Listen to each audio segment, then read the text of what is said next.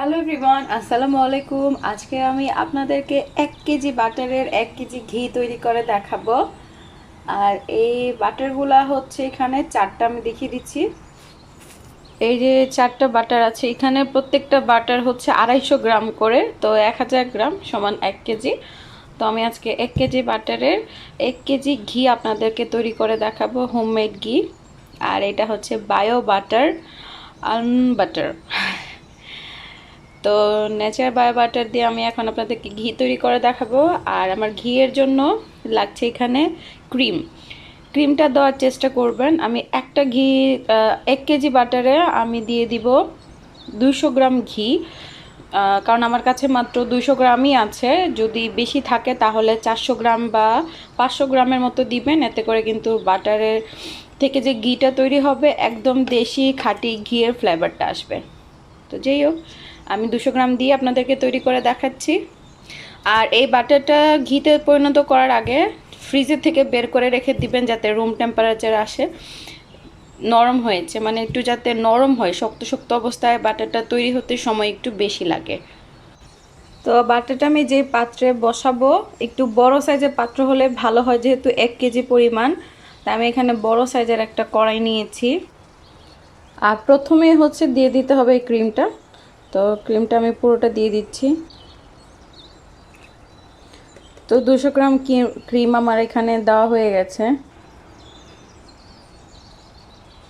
এখন আমি এই ক্রিমের উপরে বাটার দিয়ে দিব। বাটারগুলো আমি এরকম ছোট করে কেটে নিয়েছি। ছোট করে কেটে নিলে বাটারটা মেল্ট হতে বা গলে যেতে সময় একটু কম লাগে। আস্তেও ছেড়ে দিতে পারেন, এতে করে সময় লাগবে একটু বেশি বাটারটা গলতে।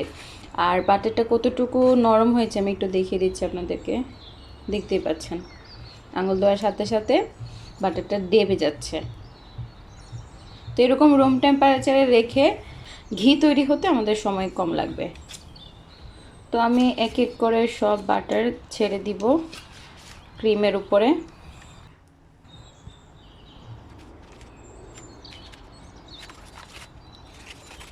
সবগুলো বাটার আমার কড়াইয়ের মধ্যে দেওয়া হয়ে গেছে।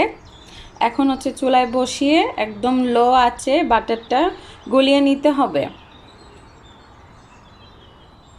চুলার আঁচটা অবশ্যই প্রথম দিকে একদম লোতে রেখে দিতে হবে, কারণ যদি আপনারা হাই হিটে বা মিডিয়াম হিটে এটা গলাতে যান তাহলে কিন্তু বাটারটা পুড়ে যাবে। তো সেই ক্ষেত্রে আমি একদম লো হিটে রেখে বাটারটা গলিয়ে নিয়ে ঘিতে তৈরি করে নিতে হবে।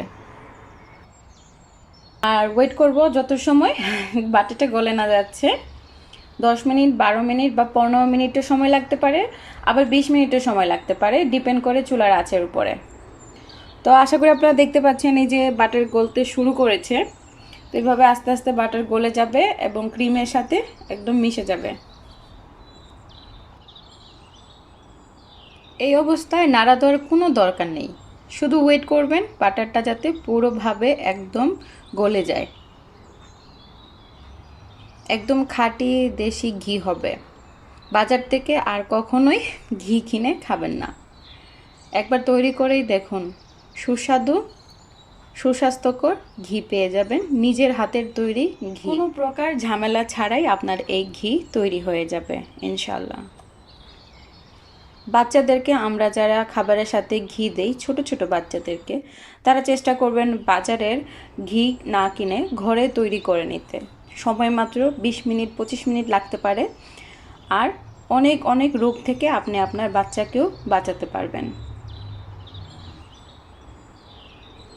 এই যে দেখতে পাচ্ছেন একদম বাটারটা গলে যাচ্ছে। এভাবে গলতে গলতে আস্তে আস্তে এই বাটারের কালারটাও চেঞ্জ হয়ে আসবে।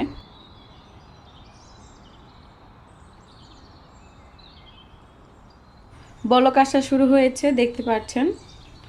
তো এখন হচ্ছে কোনো নাড়াচাড়া করার দরকার নেই, একদম নাড়াচাড়া করার দরকার নেই।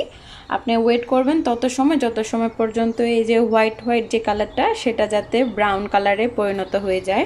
আমি জাস্ট আপনাদের বোঝার সুবিধার্থে একটু সরিয়ে দেখাচ্ছি। বাটারটা গলে গিয়েছে, নিচে কিছু ক্রিম জমা হয়েছে আর উপরে। তো ওই নিচে ক্রিমটা আর উপরের ক্রিমটা দেখবেন একদম কালার চেঞ্জ হয়ে গেছে, একটু পুরো পুরো ভাব, মানে পুরা না, একদম ডার্ক ব্রাউন কালার হয়ে যাবে। তো ওই পর্যন্ত আপনাকে বাটারটা জাল করতে হবে।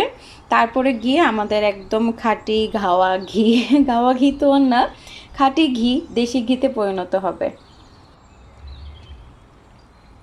এখন হচ্ছে এই যে উপরে ক্রিম জমা হয়েছে, ফোম, এটা চাইলে আপনারা এইভাবে সরিয়ে ফেলে দিতে পারেন। এই যে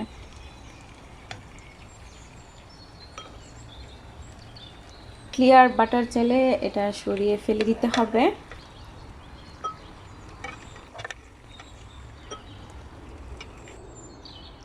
তো এখানে উপরে যে ফোম ছিল সবগুলো ফোম আলাদা করে নিয়েছি। আর এখানে হচ্ছে বাটার থেকে ঘি একদম রেডি হয়ে গেছে। তারপর আমি কী করবো, আরও কিছু সময় ওয়েট করব যাতে এই যে ক্রিমটা ভিতরে দেখা যাচ্ছে নিচের দিকে, এটা যেন একটু ব্রাউন কালার চলে আসে, সেই পর্যন্ত ওয়েট করব। আর এই সময় চাইলে আপনারা চুলার আঁচটা মিডিয়ামে করে দিতে পারেন কয়েক সেকেন্ডের জন্য, কারণ ঘিটা কিন্তু আমাদের তৈরি হয়ে গেছে, যাতে যে ক্রিমটা সেটার কালারটা একটু চলে আসে সেজন্য।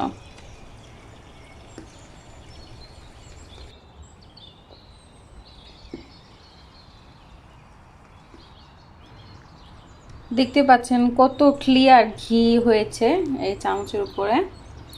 এখন আপনাদের উপর আসলে ডিপেন্ড করে ঘিয়ের কালারটা কীরকম রাখতে চান, একটু ইয়েলো টাইপের বা একটু যে বাদামি কালার। যদি বাদামি কালার রঙের চান ঘি, তাহলে আর একটু সময় জাল করে নেবেন। এই যে ক্রিমটা এখানে দেখতে পাচ্ছেন, এটা এখনও সাদা সাদা ভাব, এটাকে মানে একটু হালকা বাদামি, আশা করি ভালো করে খেয়াল করলে দেখতে পারবেন। আর যদি আপনারা যে একটু বাদামি কালারের ঘি চান, তাহলে কিন্তু আপনারা আরেকটু সময় জাল করে নেবেন। এই কালারটা যাতে একদম সম্পূর্ণ গাঢ় রঙের হয়, একদম ডিপ কালারের হয় বাদামি, সেই পর্যন্ত জাল করবেন, তাহলে ঘিয়ের কালারটাও বাদামি রঙের আসবে। আর ঘিটা ছাকার আগে একটু সময় ওয়েট করবেন যাতে হালকা ঠান্ডা হয়, গরম গরম অবস্থায় ছাকতে যাবেন না, তাহলে কিন্তু হাতে লাগতে পারে, যেহেতু অয়েলি জিনিসটা, তাই অবশ্যই একটু ঠান্ডা করে তারপরে ছেঁকে নেবেন। আর এরই মধ্যে দেখবেন এই যে নিচে জমে যাবে সব উপরের ইয়েগুলা, ক্রিমগুলার নিচে, ক্রিমগুলোও নিচে বসে যাবে, তখন ছাকতে সুবিধা হবে, তাই একটু সময় ওয়েট করে নেবেন ছাকার আগে। আর এই যে তৈরি হয়ে গেল আমাদের হোমমেড খাঁটি ঘি। এখন হচ্ছে এই ঘি একটু ছেঁকে নিতে হবে, নিচে যে ক্রিমটা জমা হয়েছে সেটা যাতে চলে যায়। একদম ক্লিয়ার ঘি তৈরি হয়েছে। তো চলুন আগে ছেঁকে নিই। এখানে একটা বোল নিয়েছি, ছাঁকনি নিয়েছি, আর ছাঁকনির উপরে দিয়ে দিচ্ছি একটা কিচেন টিস্যু, ভালো করে ছেঁকে নেওয়ার জন্য। ঘিটা যখন ছাঁকবেন সেই পাত্রটাও যাতে ড্রাই থাকে, শুকনো থাকে, আর যেটাতে আপনারা ঘিটা সংরক্ষণ করবেন সেটাও আপনাদের খেয়াল রাখতে হবে, একদম যাতে ড্রাই থাকে, শুকনো থাকে।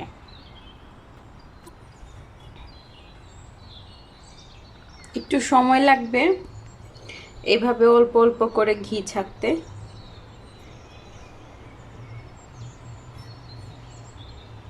আর টিস্যু দিয়ে এইভাবে ছেঁকে নিলে কিন্তু যে ছোট ছোট গুঁড়া থাকে এই যে ক্রিমের, সেটা আলাদা হয়ে যাবে।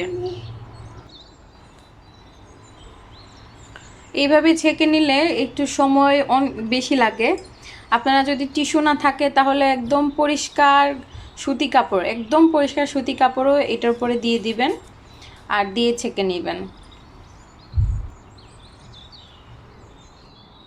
তো ছাকতে ছাকতে অনেক সময় লেগে গেছে, তারপর অল্প একটু বাকি, কতটুকু ক্লিয়ার হয়েছে। আর এখানে আপনারা দেখতে পাচ্ছেন জমা গিয়েছে, কারণ আমাদের এখানে এখন মাইনাস ওয়েদার, তাই এবার অবস্থায় থাকায় জমে গিয়েছে। এখন হচ্ছে আমি, যেহেতু পরিমাণে অনেক বেশি, তাই আমি দুটো জার নিয়েছি এখানে। প্রথমে আমি এই বড় জারটাতে রাখবো, এটা প্রায় 750 গ্রামের মতো, তো এটাতে জায়গা না হলে এই ছোটোটাও ইউজ করবো।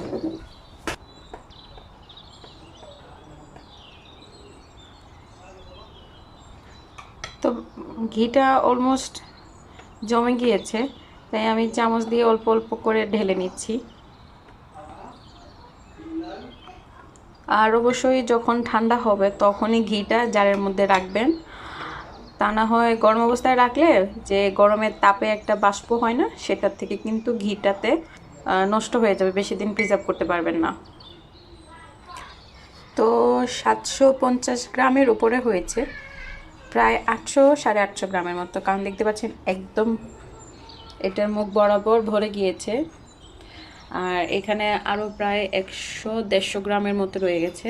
যেহেতু আমি 1000 গ্রাম বাটারের ঘি তৈরি করেছি, তো আশা করা যায় 850 গ্রামের মতো ঘি হয়ে গিয়েছে।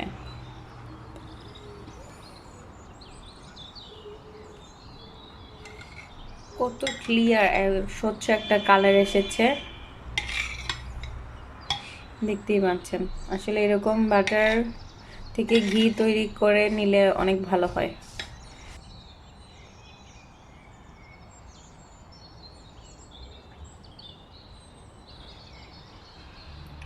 তো 1 কেজি বাটারে আমার 900 গ্রামের মতো ঘি হয়ে গেল, একদম সুস্বাদু বিশুদ্ধ খাঁটি ঘি। কেমন হয়েছে অবশ্যই আমাকে কমেন্ট করে জানাবেন। সবাই ভালো থাকবেন, সুস্থ থাকবেন। আল্লাহ হাফেজ, আসসালামু আলাইকুম।